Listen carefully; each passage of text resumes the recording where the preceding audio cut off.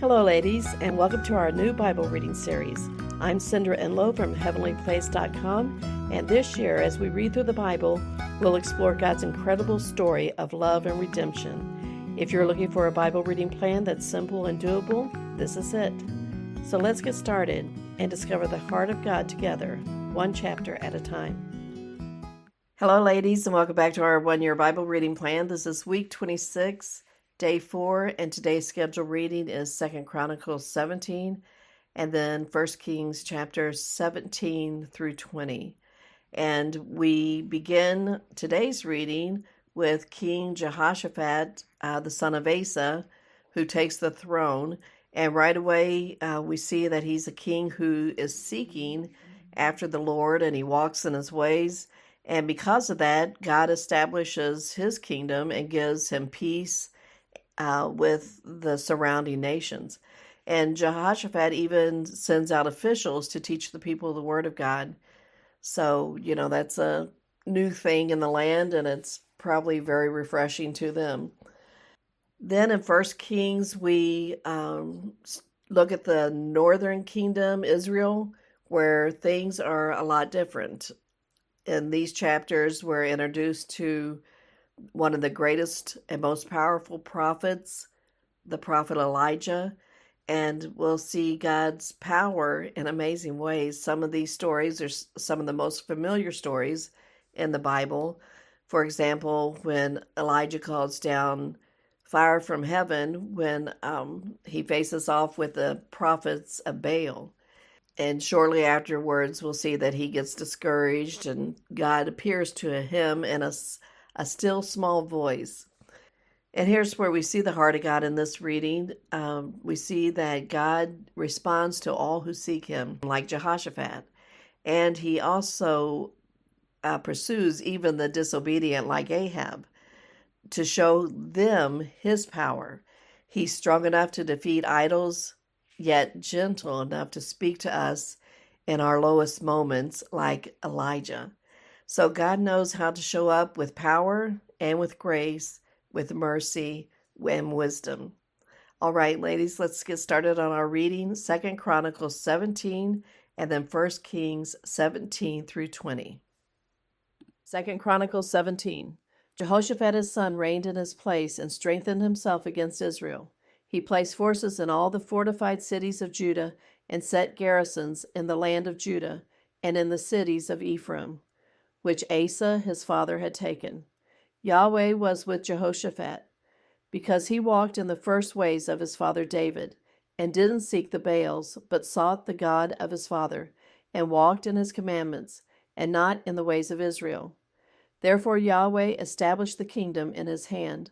All Judah brought tribute to Jehoshaphat, and he had riches and honor in abundance.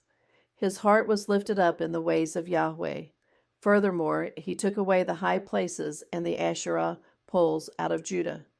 Also in the 3rd year of his reign he sent his princes, even Ben-Hail, Obadiah, Zechariah, Nethanel, and Micaiah, to teach in the cities of Judah, and with them Levites, even Shemaiah, Nethaniah, Zebediah, Asahel, Shemiramoth, Jehonathan, Adonijah, Tobijah, and Tobadonijah, the Levites, and with them Elishama and Jehoram, the priests. They taught in Judah, having the book of Yahweh's law with them. They went about throughout all the cities of Judah and taught among the people. The fear of Yahweh fell on all the kingdoms of the lands that were around Judah, so that they made no war against Jehoshaphat. Some of the Philistines brought Jehoshaphat presents and silver for tribute. The Arabians also brought him flocks, 7,700 rams and 7,700 male goats. Jehoshaphat grew great exceedingly, and he built fortresses and store cities in Judah. He had many works in the cities of Judah, and men of war, mighty men of valor, in Jerusalem. This was the numbering of them according to their fathers' houses. From Judah, the captains of thousands, Adnah the captain, and with him 300,000 mighty men of valor, and next to him Jehohanan the captain, and with him 280,000, and next to him Amasiah the son of Zichri, who willingly offered himself to Yahweh, and with him 200,000 mighty men of valor. From Benjamin, Eliada, a mighty man of valor, and with him 200,000 armed with bow and shield. And next to him Jehoshaphat, and with him 180,000 ready and prepared for war. These were those who waited on the king, in addition to those whom the king put in the fortified cities throughout all Judah. 1 Kings 17. Elijah the Tishbite, who was one of the settlers of Gilead, said to Ahab, As Yahweh, the God of Israel, lives before whom I stand, there shall not be dew nor rain these years, but according to my word. Then Yahweh's word came to him, saying, Go away from here, turn eastward, and hide yourself by the brook Cherith, that is before the Jordan. You shall drink from the brook. I have commanded the ravens to feed you there. So he went and did according to Yahweh's word, for he went and lived by the brook Cherith, that is before the Jordan. The ravens brought him bread and meat in the morning, and bread and meat in the evening, and he drank from the brook. After a while the brook dried up, because there was no rain in the land. Yahweh's word came to him, saying, Arise, go to Zarephath, which belongs to Sidon, and stay there. Behold, I have commanded a widow there to sustain you. So he arose and went to Zarephath. And when he came to the gate of the city, behold, a widow was there gathering sticks. He called to her and said, Please get me a little water in a jar, that I may drink. As she was going to get it, he called to her and said, Please bring me a morsel of bread in your hand. She said, As Yahweh your God lives, I don't have anything baked, but only a handful of meal in a jar and a little oil in a jar. Behold, I am gathering 2 sticks, that I may go in and bake it for me and my son, that we may eat it and die. Elijah said to her, Don't be afraid.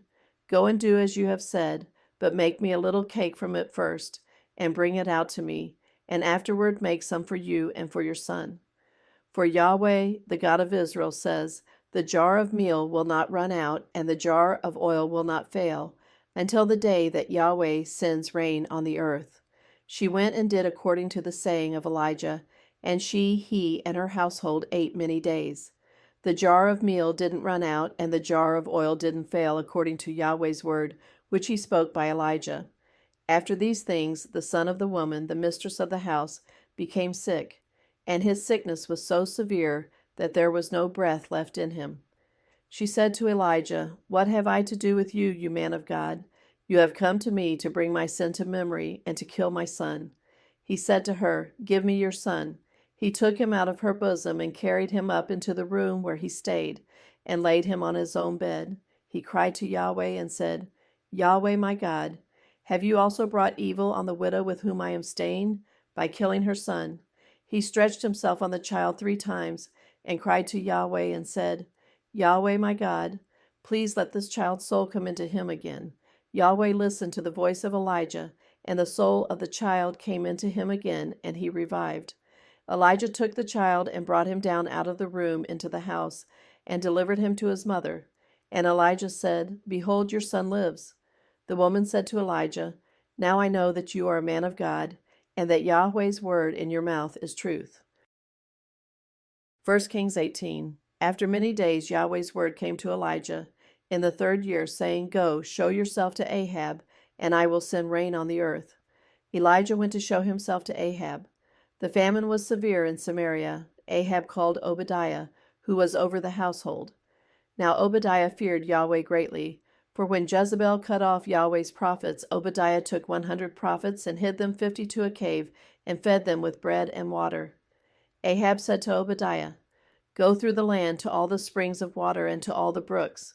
Perhaps we may find grass and save the horses and mules alive, that we not lose all the animals. So they divided the land between them to pass throughout it. Ahab went one way by himself, and Obadiah went another way by himself. As Obadiah was on the way, behold, Elijah met him. He recognized him and fell on his face and said, Is it you, my lord Elijah? He answered him, It is I. Go, tell your lord, behold, Elijah is here. He said, How have I sinned, that you would deliver your servant into the hand of Ahab to kill me? As Yahweh your God lives, there is no nation or kingdom where my lord has not sent to seek you. When they said, He is not here, he took an oath of the kingdom and nation that they didn't find you. Now you say, Go tell your Lord, behold, Elijah is here. It will happen as soon as I leave you that Yahweh's Spirit will carry you I don't know where. And so when I come and tell Ahab, and he can't find you, he will kill me. But I, your servant, have feared Yahweh from my youth. Wasn't it told my Lord what I did when Jezebel killed Yahweh's prophets? How I hid 100 men of Yahweh's prophets with 50 to a cave and fed them with bread and water? Now you say, Go tell your Lord, behold, Elijah is here. He will kill me. Elijah said, As Yahweh of armies lives, before whom I stand, I will surely show myself to him today. So Obadiah went to meet Ahab and told him, and Ahab went to meet Elijah. When Ahab saw Elijah, Ahab said to him, Is that you, you troubler of Israel? He answered, I have not troubled Israel, but you and your father's house, in that you have forsaken Yahweh's commandments and you have followed the Baals. Now therefore send and gather to me all Israel to Mount Carmel, and 450 of the prophets of Baal, and 400 of the prophets of the Asherah, who eat at Jezebel's table. So Ahab sent to all the children of Israel, and gathered the prophets together to Mount Carmel. Elijah came near to all the people, and said, How long will you waver between the two sides? If Yahweh is God, follow him. But if Baal, then follow him. The people didn't say a word. Then Elijah said to the people, I only, am left as a prophet of Yahweh, but Baal's prophets are 450 men. Let them therefore give us 2 bulls, and let them choose 1 bull for themselves, and cut it in pieces, and lay it on the wood, and put no fire under. And I will dress the other bull, and lay it on the wood, and put no fire under it. You call on the name of your God, and I will call on Yahweh's name. The God who answers by fire, let him be God. All the people answered, What you say is good. Elijah said to the prophets of Baal, Choose 1 bull for yourselves, and dress it first, for you are many, and call on the name of your God, but put no fire under it. They took the bull which was given them, and they dressed it, and called on the name of Baal, from morning even until noon, saying, Baal, hear us. But there was no voice, and nobody answered. They leaped about the altar which was made. At noon Elijah mocked them and said, Cry aloud, for he is a god. Either he is deep in thought, or he has gone somewhere, or he is on a journey, or perhaps he sleeps and must be awakened. They cried aloud and cut themselves in their way with knives and lances until the blood gushed out on them. When midday was past, they prophesied until the time of the evening offering. But there was no voice, no answer, and nobody paid attention. Elijah said to all the people, Come near to me. And all the people came near to him. He repaired Yahweh's altar that had been thrown down. Elijah took 12 stones, according to the number of the tribes of the sons of Jacob, to whom Yahweh's word came, saying, Israel shall be your name. With the stones he built an altar in Yahweh's name. He made a trench around the altar large enough to contain 2 seahs of seed. He put the wood in order and cut the bull in pieces and laid it on the wood.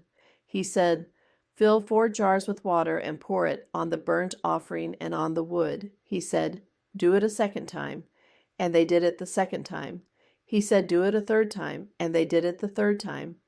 The water ran around the altar, and he also filled the trench with water. At the time of the evening offering, Elijah the prophet came near and said, Yahweh, the God of Abraham, of Isaac, and of Israel, let it be known today that you are God in Israel, and that I am your servant, and that I have done all these things at your word. Hear me, Yahweh, hear me, that this people may know that you, Yahweh, are God, and that you have turned their heart back again.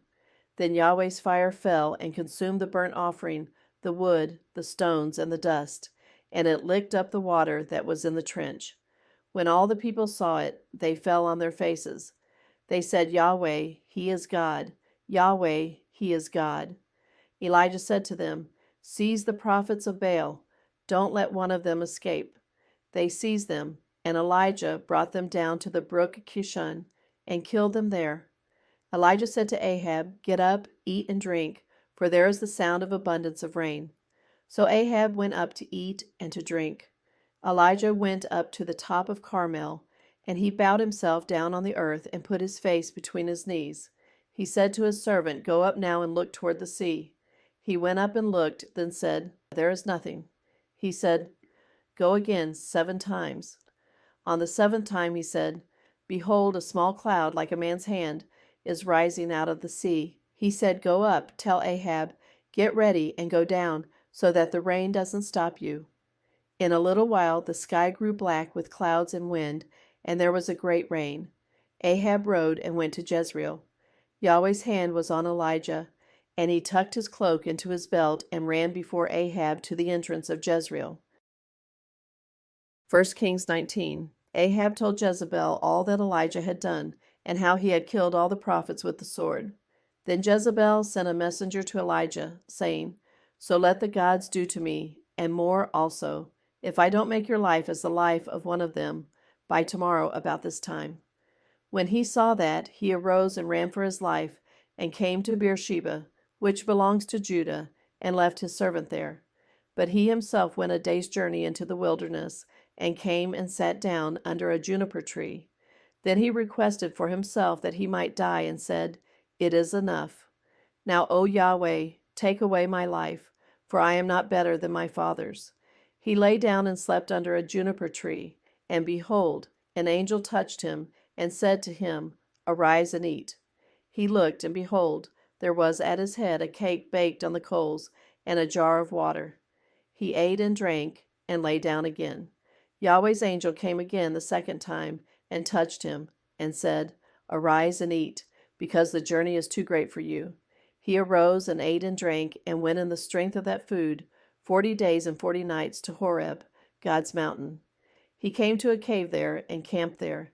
And behold, Yahweh's word came to him, and he said to him, What are you doing here, Elijah? He said, I have been very jealous for Yahweh, the God of armies.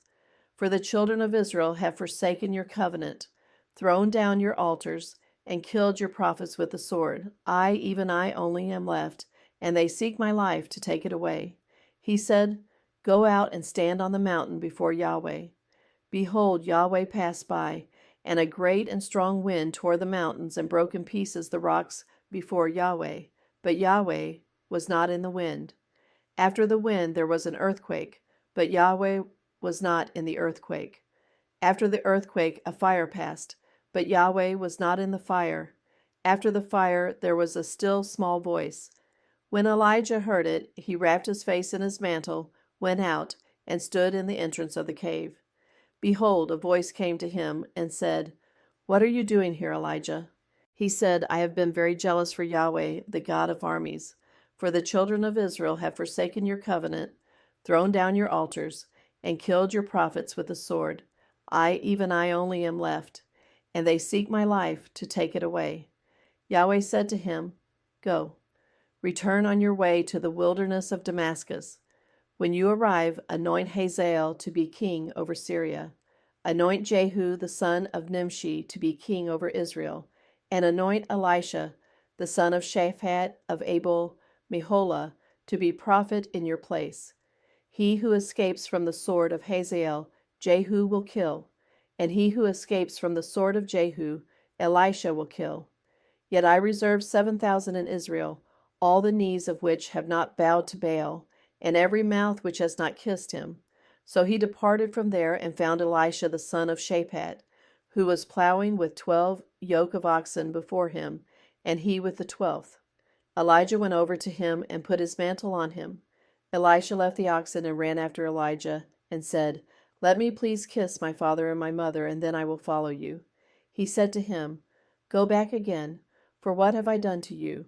He returned from following him, and took the yoke of oxen, killed them, and boiled their meat with the oxen's equipment, and gave to the people. And they ate. Then he arose and went after Elijah, and served him. 1 Kings 20. Ben-Hadad, the king of Syria, gathered all his army together, and there were 32 kings with him, with horses and chariots. He went up and besieged Samaria and fought against it. He sent messengers into the city to Ahab, king of Israel, and said to him, Ben-Hadad says, Your silver and your gold are mine. Your wives also and your children, even the best, are mine. The king of Israel answered, It is according to your saying, my lord, O king. I am yours and all that I have. The messengers came again and said, Ben-Hadad says, I sent indeed to you, saying, You shall deliver me your silver, your gold, your wives, and your children. But I will send my servants to you tomorrow about this time, and they will search your house and the houses of your servants. Whatever is pleasant in your eyes, they will put it in their hand and take it away." Then the king of Israel called all the elders of the land and said, "Please notice how this man seeks mischief. For he sent to me for my wives and for my children, and for my silver and for my gold, and I didn't deny him." All the elders and all the people said to him, "Don't listen and don't consent." Therefore he said to the messengers of Benhadad, "Tell my lord the king, all that you sent for to your servant at the first I will do, but this thing I cannot do." The messengers departed and brought him back the message. Benhadad sent to him and said, "The gods do so to me, and more also, if the dust of Samaria will be enough for handfuls for all the people who follow me." The king of Israel answered, "Tell him, don't let him who puts on his armor brag like he who takes it off." When Benhadad heard this message as he was drinking, he and the kings in the pavilions, he said to his servants, "Prepare to attack." So they prepared to attack the city. Behold, a prophet came near to Ahab, king of Israel, and said, "Yahweh says, have you seen all this great multitude? Behold, I will deliver it into your hand today. Then you will know that I am Yahweh." Ahab said, "By whom?" He said, "Yahweh says, is that by the young men of the princes of the provinces."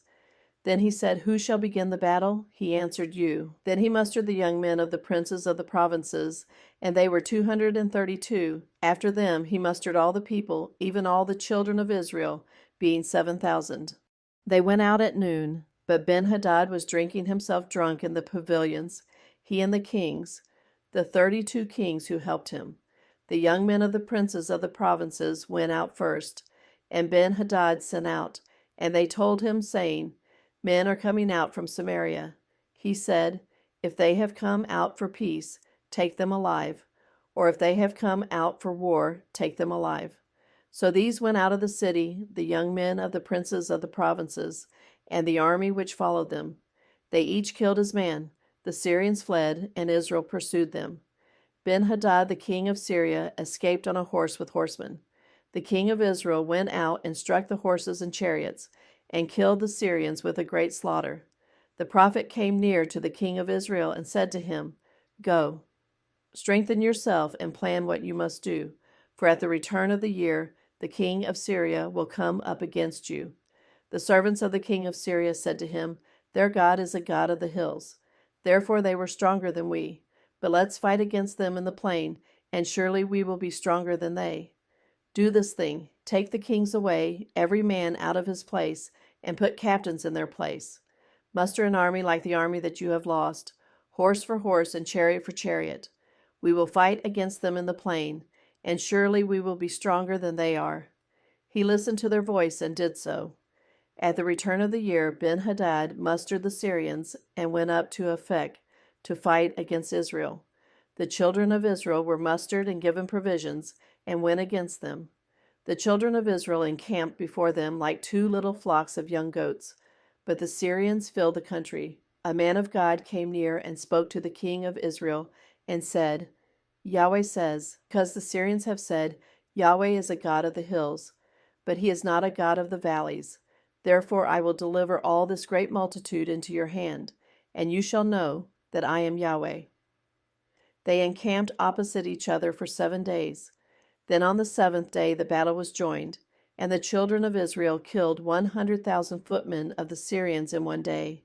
But the rest fled to Aphek into the city, and the wall fell on 27,000 men who were left. Benhadad fled and came into the city, into an inner room. His servants said to him, "See now, we have heard that the kings of the house of Israel are merciful kings.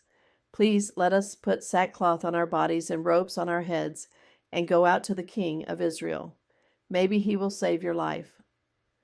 So they put sackcloth on their bodies and ropes on their heads, and came to the king of Israel and said, "Your servant Benhadad says, 'Please let me live.'" He said, "Is he still alive? He is my brother." Now the men observed diligently and hurried to take this phrase, and they said, "Your brother Benhadad." Then he said, "Go, bring him." Then Benhadad came out to him, and he caused him to come up into the chariot. Ben-Hadad said to him, "The cities which my father took from your father I will restore. You shall make streets for yourself in Damascus, as my father made in Samaria." "I," said Ahab, "will let you go with this covenant." So he made a covenant with him and let him go. A certain man of the sons of the prophets said to his fellow, by Yahweh's word, "Please strike me." The man refused to strike him. Then he said to him, "Because you have not obeyed Yahweh's voice, behold, as soon as you have departed from me, a lion will kill you." As soon as he had departed from him, a lion found him and killed him. Then he found another man and said, "Please strike me."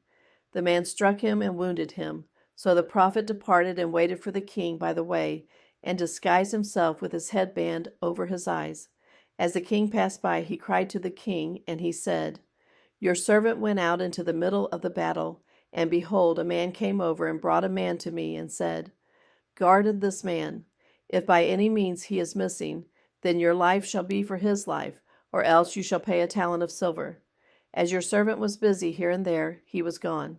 The king of Israel said to him, 'So shall your judgment be. You yourself have decided it.' He hurried and took the headband away from his eyes, and the king of Israel recognized that he was one of the prophets. He said to him, 'Yahweh says, because you have let go out of your hand the man whom I had devoted to destruction, therefore your life will take the place of his life, and your people take the place of his people.'